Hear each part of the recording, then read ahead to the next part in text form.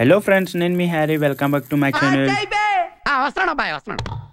Black pepper harvesting part 2 అనమాట. ఇది pepper సేకరించిన తర్వాత వాటి కాడలు సపరేట్ చేసేసుకోవాలన్నమాట. సపరేట్ చేసుకొని ఈ విధంగా అయితే మనం ఎండలో ఎండబెట్టేసుకోవాలి.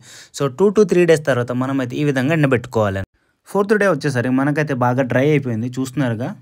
Day 5 వచ్చేసరికి మనకైతే ప్యూర్గా డ్రై అయిపోయింది.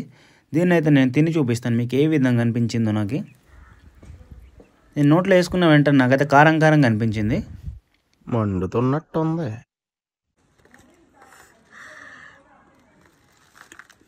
మస్తు ఘాటుగుంది. If you get any cough or cold, throat pain ఇట్లాంటి ఉంటే మొత్తం సెట్ అయిపోద్ది. ఇండియన్ బ్లాక్ పెప్పర్ అన్నమాట ఇది.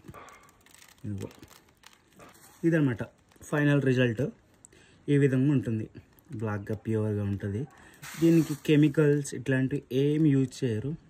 మీకు ఈ వీడియో ఎలా అనిపించిందో లైక్ చేయండి, షేర్ చేయండి, సబ్స్క్రైబ్ చేయండి ఫ్రెండ్స్.